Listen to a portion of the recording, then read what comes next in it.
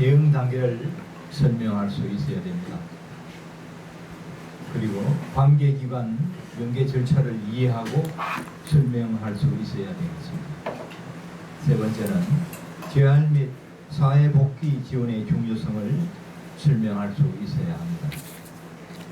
네 번째는 종합사례관리 계획서를 작성할 수 있어야 되겠습니다.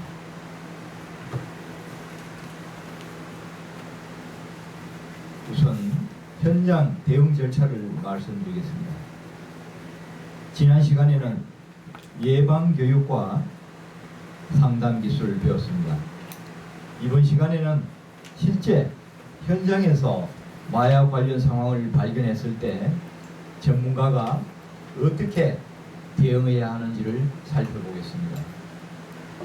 이 마약류 관리 전문가 양성 과정입니다만은 이 마약류 관리 전문가는 수사기관이 아닙니다.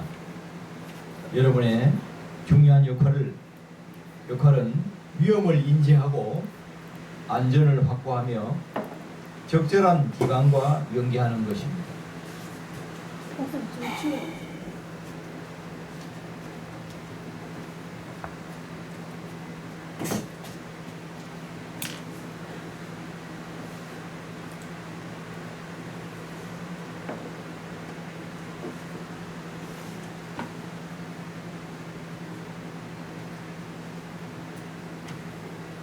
이와 같이 현장 대응은 다음과 같은 순서로 진행합니다.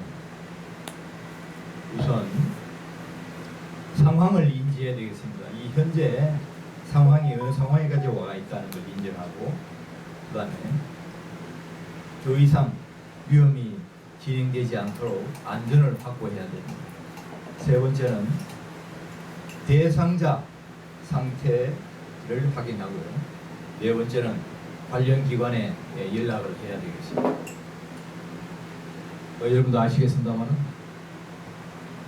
현재 정권이 들어서기 전에 윤석열 정권 때 마약에 관한 많은 예산을 꽝으로 만들었습니다. 아시겠죠? 그러다가 예산을 통해서 이 정권이 들어섬으로 해서 지금 마약에 대한 그런 예산을 다시 이제 회복했습니다. 그래서 지금 진행을 하고 있고요. 이와 같이 이 관련 기관에 연락을 해야 되고, 그 다음에 기록도 작성해야 됩니다. 그리고 사후 관리가 있습니다. 이와 같이 가장 중요한 원칙은 자신과 타인의 안전을 최우선으로 하는 것입니다. 위험한 상황에서는 직접 개입하기보다 관계기관과 협력하는 것이 중요합니다. 이 관계기관이라는 것은 우리 이제 이 표를 보시면 아시겠습니다. 우리나라 마약 기관 그 기관을 좀 더 살펴보도록 하겠습니다.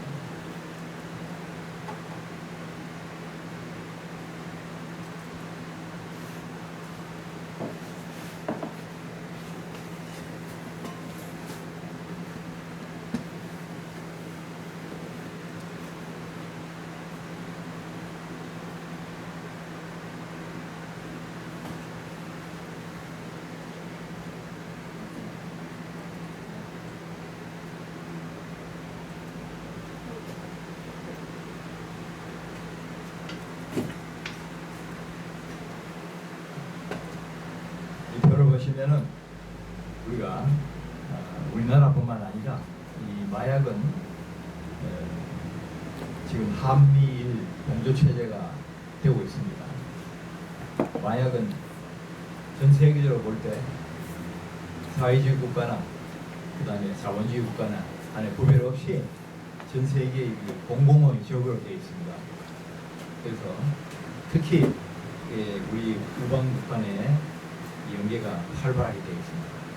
여기 보시면은 국가별 마약 단속 기관 비교 및 국제 공조 사례라는 게 볼 수 있겠습니다.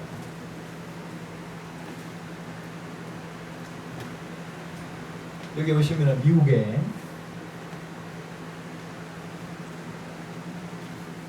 세 개 그 기관이 설명이 되어 있습니다. DEA, 그 다음에 INCB, 그 다음에 UNODC 이렇게 되어 있습니다. 미국에서 많은 기관이 있습니다만 대표적으로 이 세 개 기관을 우리가 들 수 있겠어요. 있고요. 여기에 나와 있지 않습니다만 미국의 FBI라고 있습니다. FBI가 또 여기에 깊이 관여를 하고 있고요. 지난번에 우리 그 강릉 밑에 옥계항에 화물선이 들어와 있었는데 그 화물선에서는 어떤 물건을 선적했는지는 모릅니다. 그 선적하는 선사들이 따로 있기 때문에 거기에 우리가 코카인이 엄청난 양의 코카인이 들어와 있다는 걸 미국 FBI에서 우리나라에 전달이 되었습니다.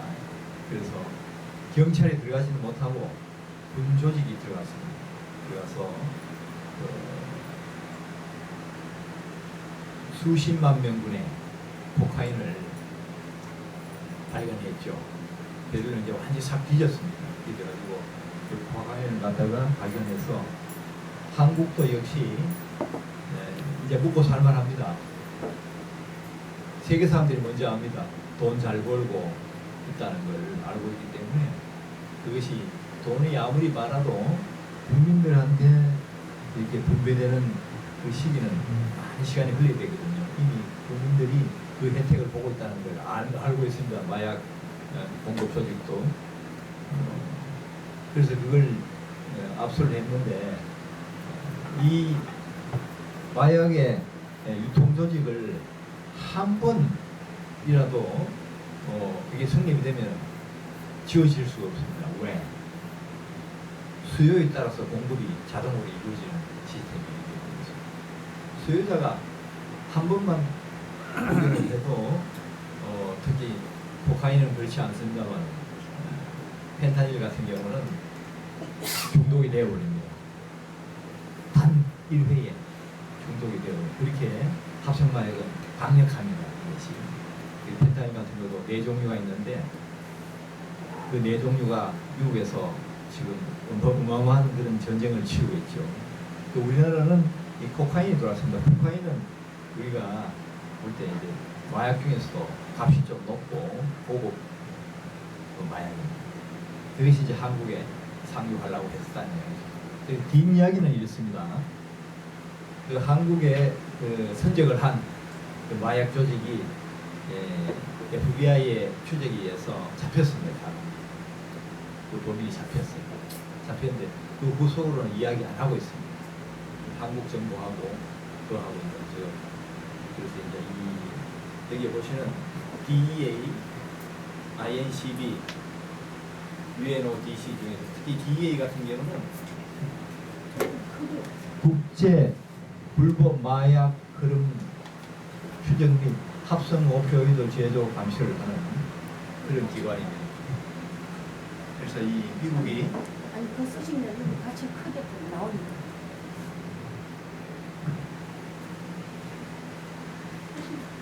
좀 올려드릴까? 미국이 우리나라 돈으로 2023년도의 예산이 13조 원입니다. 1년에 미국에서 쓰는 예산이 그렇다는 얘기입니다. 이거는 이 세 개 기관 그리고 그 많은 기관들이 있는데 거기 종사하는 사람들의 급여 플러스 이 자금 추적하고 하는 마약 흐름 추적하는 그런 모든 비용 그리고 미국에서 특히 펜타닐로만 중독이 돼서 죽는 사람이 1년에 8만 명입니다. 그보다 더 많다고 합니다.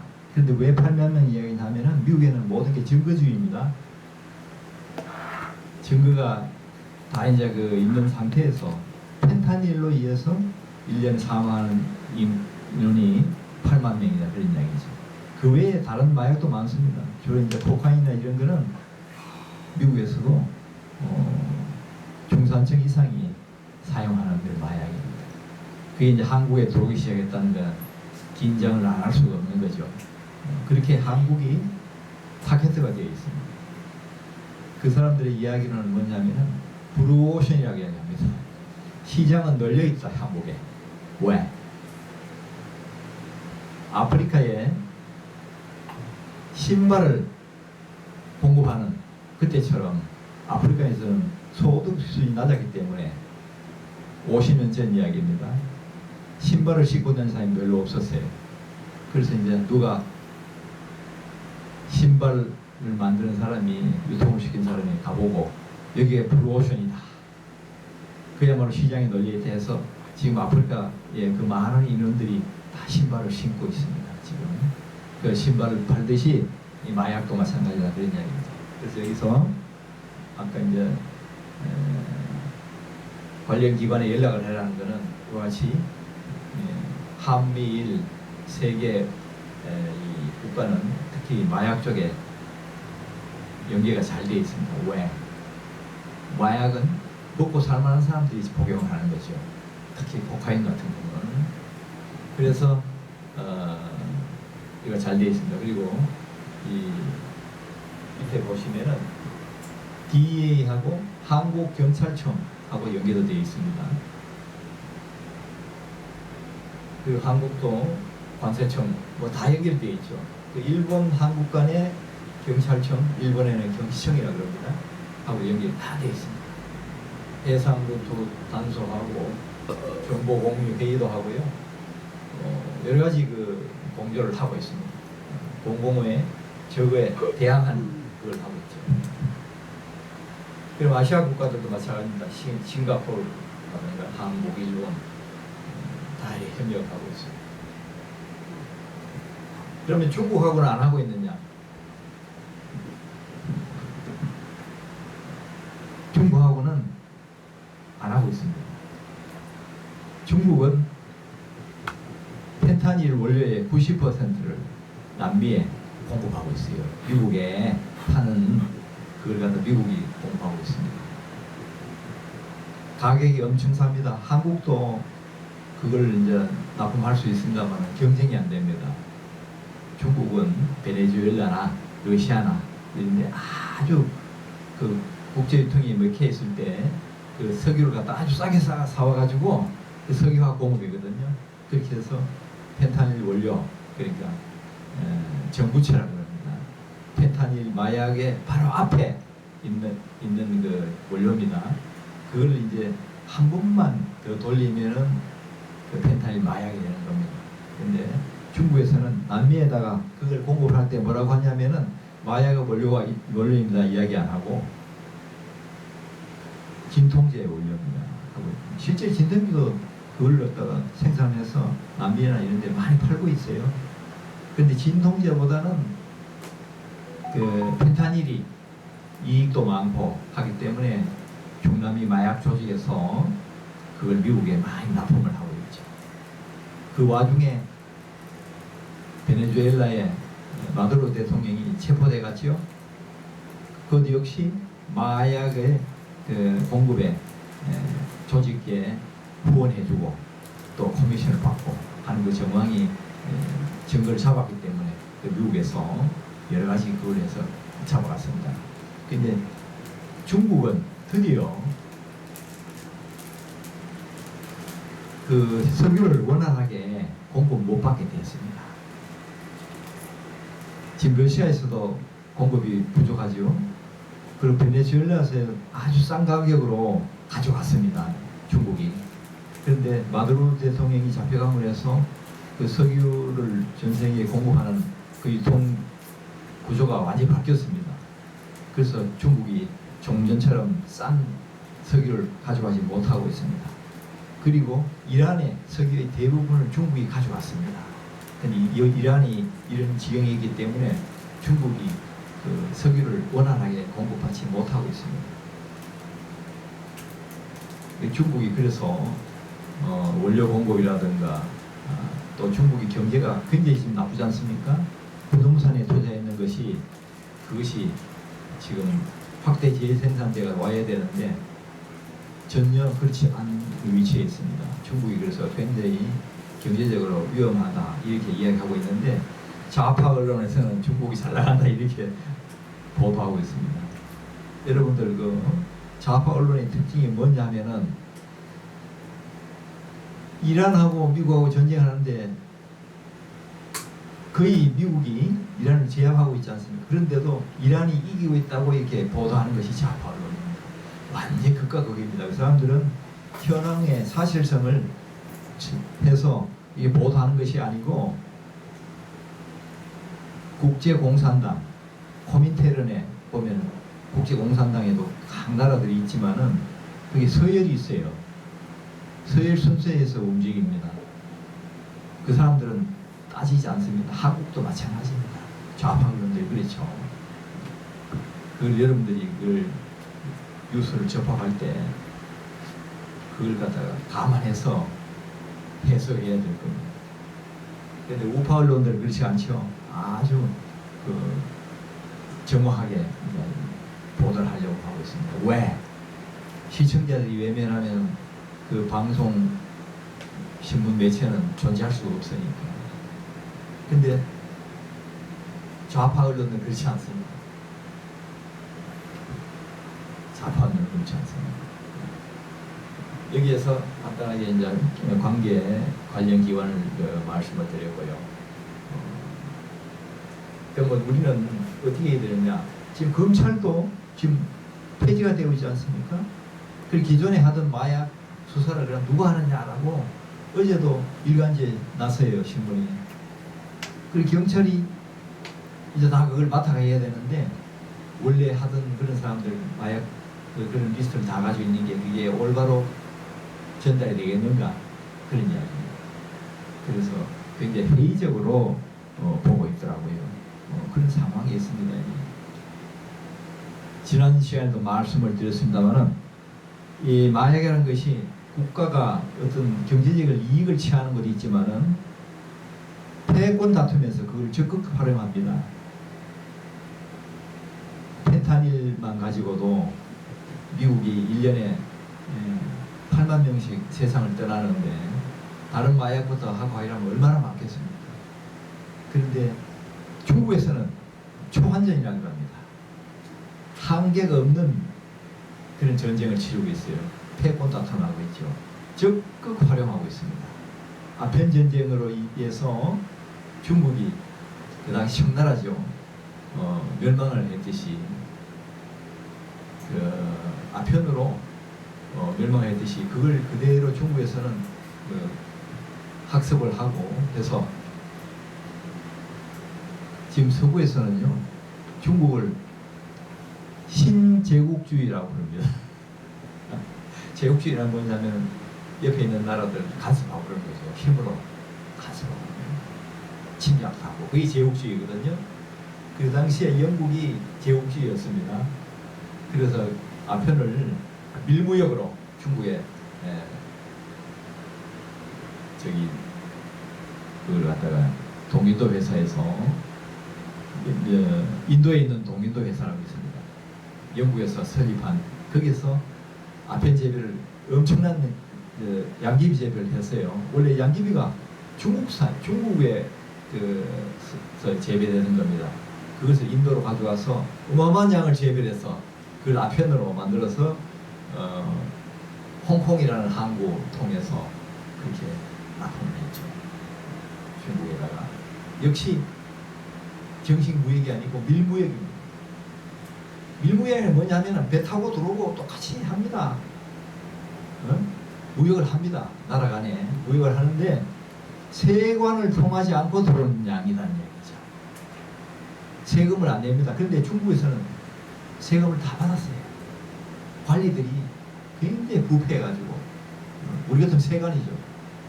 통관 안 시키고 막 들어오는데 커미션 다 받고 들어옵니다. 국가에 돈이 들어가지 않는다는 것이 이게 밀무역입니다. 그걸 그대로 지금 미국을 향해서 하고 있습니다. 중국이. 그렇기 때문에 국제 공조에 들어와 있지 않습니다. 중국은. 그렇게 아시면 돼요. 그럼 한국은 어떠냐? 우리의 그 사회 일제 시대만 하더라도 그렇고 해방 후에만 하더라도 우리는 유교 사회 아닙니까? 유교 사회라는 얘기. 그 사회에서 가장이 책임을 지는 그런 사회였습니다. 그런데 지금은 그때는 마약이 들어온 것을 또 실제로 마약을 사물 돈도 없었고 그렇지만 있는 사람들이 들어오는 것도 남들의 눈을 두려워하고 그렇게 합니다. 그 어떤 그 체면을 많이 따지잖아요. 그리고 우리 집안에서 누가 마약쟁이 있다 하면은 창피지 않습니까? 그리고 적극적으로 말리고 했다 이거죠. 그렇지만 지금 그런 가족 중심의 대가족 중심의 그런 전통이 점점 우리는 없어지고 있지 않습니까? 제사도 없어집니다. 관혼상제를 합니다.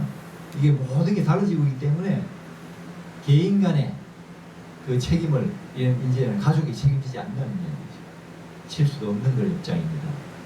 그래서 지금 초등학생들까지 그 많은 마약이 들어오고 있다. 그래서 이걸 우리가 어떻게 교육의 힘으로 막아야 되겠는가 하는 것이 이제 숙제고요. 그래서 이제 우리가 국제 마약 폴리스 유니버시티에서 그것을 감당하기로 작정을 하고 학교가 설립이 됩니다. 그렇게 해서 우리 강사들을 적극 지금 양성 과정에 있는 거죠. 그 와중에 여러분들이 같이 참여했다고 보시면 되겠습니다. 정치 상황에 따라서 많이 달라집니다. 마약 정책도 달라지고 있고 윤석열 정부 때는 정말로 마약과의 전쟁을 시작했었죠. 지금은 좀 조용합니다. 이 국가가 우리나라는 지금 헌법이 작동이 안 되고 있어요. 아시고 계시겠습니다만 그런 상황입니다. 헌법이 작동이 안 되고 있는 그런 상황입니다. 그러니까 마약 같은 거는 안중에도 없습니다. 정치하는 사람들. 그리고 아시겠습니다만 번인성 사건이라는 게 보면은 그 다 그 공급되는 원료가 북한에서 온 거거든요. 그 당시에 문재인 정권에서 많이 팔아줬어요. 팔아주는 것보다도 눈 감아줬습니다. 그 조직이 중국의 사마표를 통해서 한국에 마약이 많이 들어왔었는데 정부에서는 눈 많이 감아줬어요.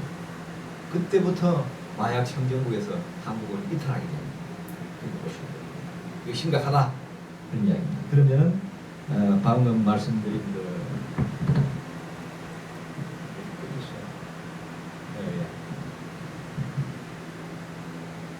관련 기관을 소개를 드렸습니다. 그리고 이제 관련 기관에 연락을 해야 되겠죠. 이런 상황이 있으면은 경찰청이나 그 다음에 그리고 관세청 그리고 사안에 따라 다르겠습니다. 검찰이 있었는데 검찰은 이제 해체 상태에 따라서 검찰에서 아까 말씀드린 대로 검찰에서 윤석열 정부 때는 검찰총장 출신이잖아요. 수시간 지났어요. 수시간 지났어요. 지금 그 우리 총장님이 수업 시간은 이제 10시 50분에 끝나는데 사실 10시 55분에 수업을 시작했습니다. 그래서 간단하게 이제 그 사관리를 어떻게 해야 된다 하는 걸 제가 소개를 드렸습니다. 여기서 그래서 지금 이것이 오늘 수업이 7주차 수업입니다. 7주까지 1주차에서 7주까지 수업이 끝나고 3주죠. 다음 주는 이제 오늘 수업이 다 이제 마무리되고 8주까지 우리가 그동안에 카리큘럼에서 강의는 다 끝나고 다음 주에는 이제 그 수료증이 발부가 되도록 하겠습니다. 다음 주는 그렇게 하고 오늘 모든 그 강의가 이뤄서 위협합니다만 이 조직에 대해서 우리가 관련기관 조직 우리가 현재 한국이 어떤 위치에 와 있는지 미국과 중국의 그 마약 전쟁이 어떻게 지금 되어가고 있는지를 간단하게 말씀을 드리고 우리 한국의 현 상황을 거기에 같이 이렇게 말씀을 드려서 이해를 돕기 위해서 꼭 설명을 드렸습니다. 감사합니다.